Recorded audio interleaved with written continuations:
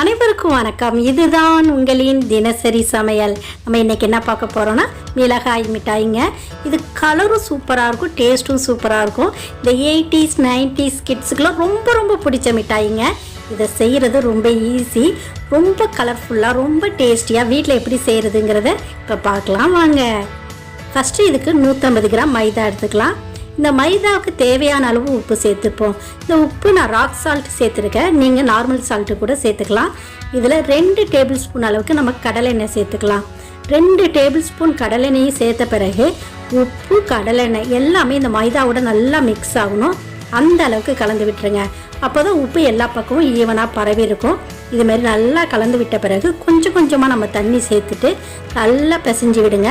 இது சப்பாத்தி மாவோட கொஞ்சம் தளர்வான பதத்தில் இருக்கணும். அந்த பதம் எப்படி இருக்குங்கிறத நான் காட்டுறேன். கொஞ்சம் கொஞ்சமாக தண்ணி சேர்த்து கையால் நல்லா பிசைஞ்சு எடுத்துக்கலாம். பிசைஞ்சு எடுத்த பிறகு இந்த மாவு இந்த பதத்தில் இருக்கணும். இங்கே பாருங்கள், இப்படி இழுத்தா ரொம்ப சாஃப்டாகவும் இருக்கணும். சப்பாத்தி மாவு கொஞ்சம் அழுத்தமாக இருக்கும், அந்தமாரி இருக்கக்கூடாது. இந்தமாரி சாஃப்டாக இருக்கணும். அது கொஞ்சமாக எடுத்து நம்ம கையில் எண்ணெய் தடவாமையே உருட்டினோம்னா பிசு பிசுப்பாக தான் இருக்கும், ஆனால் கையில் ஒட்டாது. அந்த அளவுக்கு இருக்கணும் சரியான பதம். இப்போ மூடியை போட்டு மூடி 10 நிமிஷம் ஊற விட்டுருங்க. 10 நிமிஷத்துக்கு மேலே ஊற விட்டுறாதீங்க, புளிச்சிடும். அப்புறம் நம்ம பிஸ்கட்டை பொரிக்கும் போது ரொம்ப செவந்துடும், நல்லா இருக்காது. இப்போ எனக்கு 10 நிமிஷம் ஆயிடுச்சு. ஒரு தட்டில் நல்லா கடலெண்ணெய் தடவி வச்சுக்கிறேன். ஏன்னா நம்ம மிளகாய் ஷேப்பில் உருட்டி இதில் சேர்க்க போகிறோம். நம்ம மாவு நல்லா சாஃப்டாக இருக்குது பாருங்கள். இதில் கொஞ்சமாக எடுத்து நம்ம கையில் முதல்ல எண்ணெயை தடவிக்கலாம். எடுத்துகிட்டு அந்த மாவு கொஞ்சமாக எடுத்து நல்லா உருட்டி எடுத்துக்க போகிறோம். உருட்டுறது ரொம்ப பெரிய விஷயம் கிடையாதுங்க. சாதாரணமாக இப்படி உருட்டினீங்கன்னா போதும், மிளகாய் ஷேப் தன்னால் வந்துடும். மேலே கொஞ்சம் மொத்தமாக இருக்கும், கீழே கொஞ்சம் மெல்லிஸாக இருக்கும். அவ்வளோதாங்க, நம்மளுடைய மிளகாய் ஷேப் ரெடி ஆகிடுச்சு. இதேமாரி கொஞ்சம் கொஞ்சமாக எடுத்து நம்ம கையால் ஈஸியாக உருட்டி போட்டுடலாம். குழந்தைங்கள்கிட்ட கொடுத்தா கூட சூப்பராக உருட்டி கொடுத்துருவாங்க. இப்போ இது மாதிரி எல்லாத்தையும் உருட்டி ரெடி பண்ணி வச்சுருக்கேன். பொரிக்க ரொம்ப வசதியாக இருக்கும். இப்போ அடுப்பை மீடியம் ஃப்ளேமில் பற்ற வச்சுட்டு எண்ணெய் சட்டியில் ஒரு 1/2 லிட்டர் அளவுக்கு கடலெண்ணெய் சேர்த்துருக்கேன். இந்த கடலெண்ணெய் நல்லா சூடாகணுங்க. நம்ம வத்தல் முறுக்கு பொரிக்கிற மாதிரி நல்லா சூடாக இருந்தால் தான் நம்ம ரெடி பண்ணி வச்சுருக்க மாவை சேர்த்தோம்னா நல்லா பொரிஞ்சு உள்ளுக்குள்ளே நல்லா கூடு மாதிரி இருக்கும்.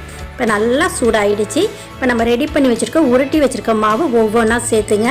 ஒன்றோட ஒன்று ஒட்டாமல் சேர்த்துங்க, இல்லாட்டி அப்புறம் எடுக்கிறது கஷ்டமாயிடும். இதேமாரி ஒன்று ஒன்றா ஒட்டாத அளவுக்கு எல்லா மாவையும் நம்ம சேர்த்துட்டு எண்ணெயில் மூழ்கிற அளவுக்கு சேர்த்துட்டு நல்லா பொரிய விடலாம். உடனே நம்ம திருப்பி விட்டுவிட்டோம்னா நம்மளுடைய ஷேப்பெல்லாம் மாறி நெளிஞ்சு ஆகிடும். அதனால் உடனே திருப்பக்கூடாது. இது நல்லா ஒரு பக்கம் வேக விடுங்க. ஒரு பக்கம் நல்லா பொன்னிறமானோன்னு தான் நம்ம கிளறி விடணும். இப்போ நல்லா நான் கிளறி விடாமல் அப்படியே பொன்னிறமாக்கிட்டுருக்கேன். இப்போ பாருங்கள், நம்ம சேர்த்துருக்க மாவு எல்லாம் பொன்னிறமாக ஆயிடுச்சு ஒரு பக்கம். இப்போ நல்லா கிளறி விடுங்க. இப்போ தொடர்ந்து நம்ம கிளறி விட்டுட்டே இருக்கணும். அப்போ தான் எல்லா பக்கமும் பொன்னிறமாகும். இப்போ பாருங்கள், அது மேலே சின்னதாக மொட்டாக அப்படி பொரிஞ்சு இருக்குது. இப்படி இருந்தால் தான் அது பாக்கு நல்லா ஒட்டிட்டு சூப்பராக இருக்கும். இப்போ எல்லா பக்கமும் நல்லா பொன்னிறமாகிடுச்சு. நம்மளுடைய மிளகாய் பிஸ்கட் ரெடி ஆகிடுச்சு. இது இப்படியே சாப்பிடும்போது டேஸ்ட்டு சூப்பராக இருக்கும். உப்பு சுவையில் நல்லா முறுமுறுப்பாக ரொம்ப டேஸ்ட்டாக இருக்கும். நம்ம ரெடி பண்ணியிருக்க எல்லா மாவையும் இதேமாரி பொரித்து முதல்ல எல்லாம் தனியாக எடுத்து வச்சுங்க. அப்புறம் நம்ம பாகு ரெடி பண்ணிக்கலாம். இப்போ எல்லாத்தையும் எடுத்தாச்சு. இப்போ திரும்ப மீடியம் ஃப்ளேமில் பற்ற வச்சுட்டு ஒரு எண்ணெய் சட்டி போட்டிருக்கேன். அதில் நான் 100 கிராம் ஜீனி சேர்த்துருக்கேன். 150 கிராம் மைதாவுக்கு 100 கிராம் ஜீனி சேர்த்தாச்சு. இதில் 1/4 கப் அளவுக்கு தண்ணி சேர்த்துக்கலாம். அதாவது 10 டேபிள் ஸ்பூன் தண்ணி சேர்த்துங்க. தண்ணி சேர்த்துட்டு ஒரே ஒரு டேபிள் ஸ்பூன் லெமன் ஜூஸ் சேருங்க. நம்மளுக்கு தேவையான பாகுபதம் வந்தோன்னா அதே நிலைத்தன்மையில் இருக்கிறதுக்காக லெமன் ஜூஸ் சேர்க்குறோம். அது கண்டிப்பாக சேர்க்கணும். ஒரு டேபிள் ஸ்பூன் சேர்த்துட்டு இதில் நம்ம மிளகாய் பழம் கலருக்காக நம்ம 1 டீஸ்பூன் அளவுக்கு நம்ம கேசரி பவுடர் சேர்க்கணுங்க. அப்போ தான் பழுத்த மிளகாய் மாதிரி பார்க்க ரொம்ப அழகாக இருக்கும். இதுதான் சேர்த்துருப்பாங்க. நாங்கள் சாப்பிடும் போதெல்லாம் அந்த டேஸ்ட்டும் அந்த கலரும் தான் சூப்பராக இருக்கும். அதுக்காக கண்டிப்பாக இதை சேர்க்கணும். இதை சேர்த்துட்டு நல்லா கலந்து விடுங்க. கலந்து விட்ட பிறகு நம்ம சேர்த்துருக்க ஜீனி நல்லா மெல்ட் ஆகிட்டு நம்ம கம்பி பதத்துக்கு பதமான பிசுபிசுப்பான பதம் வரணும். இப்போ ஜீனி நல்லா கரைஞ்சிடுச்சு. இப்போ எடுத்து நல்லா தடவி பார்க்கலாம். இங்கே பாருங்கள், நல்லா பிசுப்பாக இருக்குது, சரியான பதத்தில் இருக்குது. இப்போ அடுப்பை நம்ம மீடியம் ஃப்ளேம்லேருந்து லோ ஃப்ளேமுக்கு மாற்றிடணும். கவனம், அடுப்பை மீடியம் ஃப்ளேம்லேருந்து லோ ஃப்ளேமுக்கு மாற்றிட்டு நம்ம பொரிச்சு வச்சுருக்க எல்லா பிஸ்கட்டையும் சேர்த்துட்டு நல்லா கிளறி விடுங்க. நீங்கள் மீடியம் ஃப்ளேம்லேயே வச்சு கலரும் போது ரொம்ப சூடாகிட்டு நல்லா புகஞ்சி இந்த ஸ்வீட்னஸ் போய் கசக்க ஆரம்பிச்சிடும். இங்கே பாருங்கள் நல்லா திக்காயிடுச்சு. நான் லோ ஃப்ளேம்லேயே வச்சு தான் செஞ்சுருக்கேன். நல்லா திக்கான பாகுப்பதம் வந்துடுச்சு. இதுக்கு மேலே பாகுப்பதம் வராதுங்க, ஏன்னா எலுமிச்சை சாறு சேர்த்துருக்கோம். இப்போ அடுப்பை நிறுத்திட்டு இதை அப்படியே எடுத்து ஆற விட்டுறலாம். ஆற வைக்கிறதுக்கு முன்னாடி தட்டில் நல்லா எண்ணெயை தடவிக்கணும். எண்ணெய் தடவாமல் நீங்கள் சேர்த்துட்டிங்கன்னா தட்டில் அப்படியே ஒட்டிக்கும். நம்ம எடுக்கிறது ரொம்ப கஷ்டம்.